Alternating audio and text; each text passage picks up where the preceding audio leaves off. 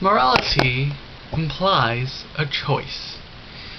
For an action or an intent to be considered morally right or morally wrong, the person or persons has to have been able to choose to do otherwise or intend otherwise.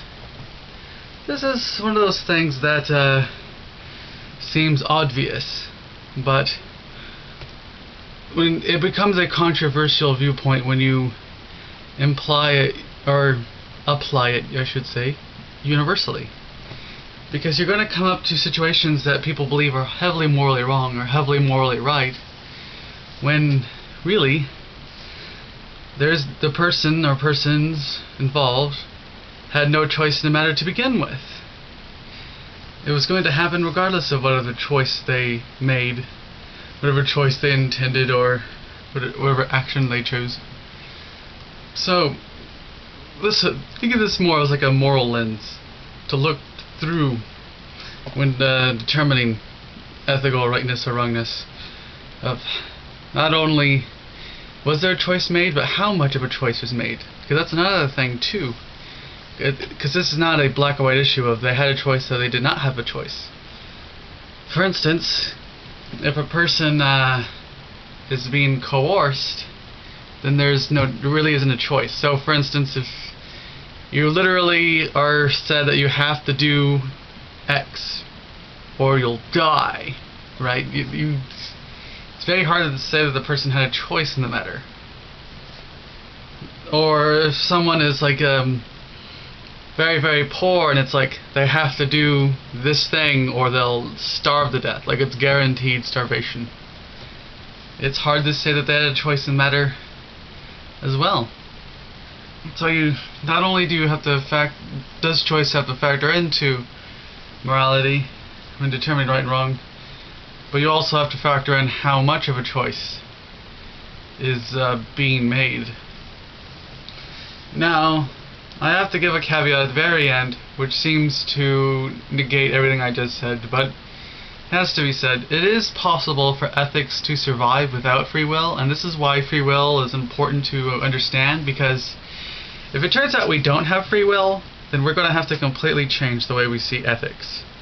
Because if we don't have free will, then it doesn't seem like we have a choice at all in anything we do. We didn't have any choices because we're just biologically determined to act in certain ways.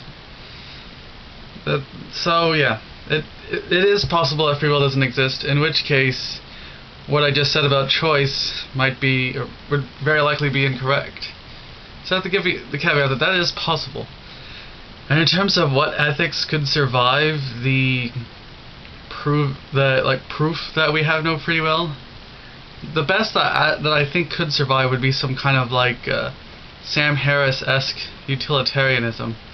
Although for some reason he doesn't call it utilitarianism, which I don't know why, because it seems like it to me. I mean, his whole idea is that science can make things better. And I think the only reason why he doesn't call it, and it might not be a form of utilitarianism, he doesn't argue for it as a utilitarian, I guess, or his justifications might be different than normal utilitarianism, but it still seems a form of consequentialism nonetheless. But anyway, and some form of virtue ethics could survive us not having any free will, but it would be radically changed too. The virtue ethics that could survive would just be in the form of humans have a teleology. In other words, humans work best if they develop certain habits. Since humans don't have free will, society has to work on making people develop good habits. So it would be way different. Because right now virtue ethics is just you should choose every day to do things which are good for you, and choose every day to not do things which are bad for you, so that you develop good habits and avoid bad habits. If you didn't know what virtue ethics is, which is all based on teleology. Teleology is sort of like the prime program, the prime set of things which make a specific living thing reach its optimal existence. So for humans, our prime program would be like avoiding drugs and alcohol and eating too much and other good habits like exercising and honesty and integrity and all that.